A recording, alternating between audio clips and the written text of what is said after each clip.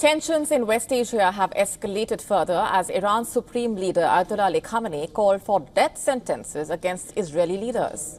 This comes after the International Criminal Court, remember, issued arrest warrants against the Israeli Prime Minister Benjamin Netanyahu and former Defense Chief Gallant, accusing them of war crimes in Gaza. Khamenei termed the arrest warrant as far from enough. The actions the Israeli officials are taking are not a victory.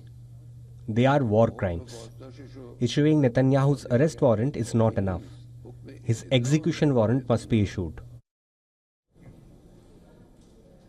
On the Lebanon front, Israeli airstrikes targeted southern Beirut again this morning following a weekend of heavy bombardment that left at least 29 dead. In response, Hezbollah reportedly fired rockets into central Israel, striking cities including Tel Aviv and Haifa, causing injuries and widespread damage.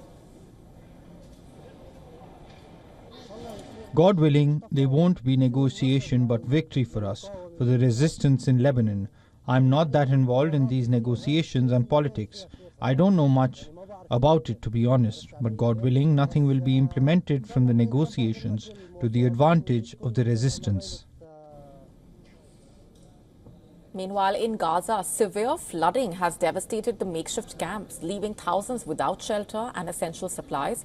Aid agencies are urgently calling for support to address the dire conditions.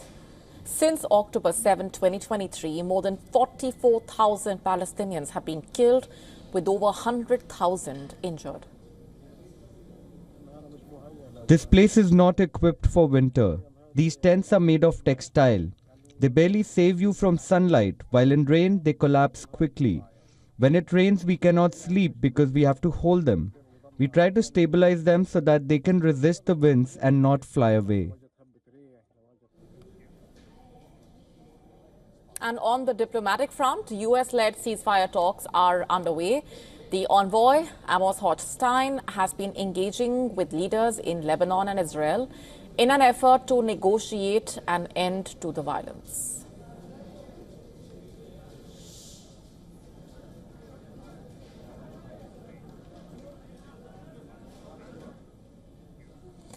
And for more on this, our correspondent Jody Cohen getting us this report. Take a look. There is shock and devastation in Israel and the Emirates. That's after the murder of Israeli Chabad Rabbi Zvi Kogan. The UAE called it more than a murder in the country, but a murder against the country's rejection of extremism and embrace of coexistence. Prime Minister Netanyahu suggested that the axis of evil is trying to break the peace between Israel and the Emirates, but that relations would strengthen as a result. In the meantime, there are reports in the Israeli media that a ceasefire with Hezbollah could be getting closer. Israel has reportedly agreed to a truce alongside an American guarantee that it could act against Hezbollah if the terror group breaks the ceasefire terms and if Lebanese or international forces don't take action. According to reports, Israel is now waiting for Hezbollah's response. This is Jody Cohen for WION World is One. To stay up to speed with the latest news, download the WION app and subscribe to our YouTube channel.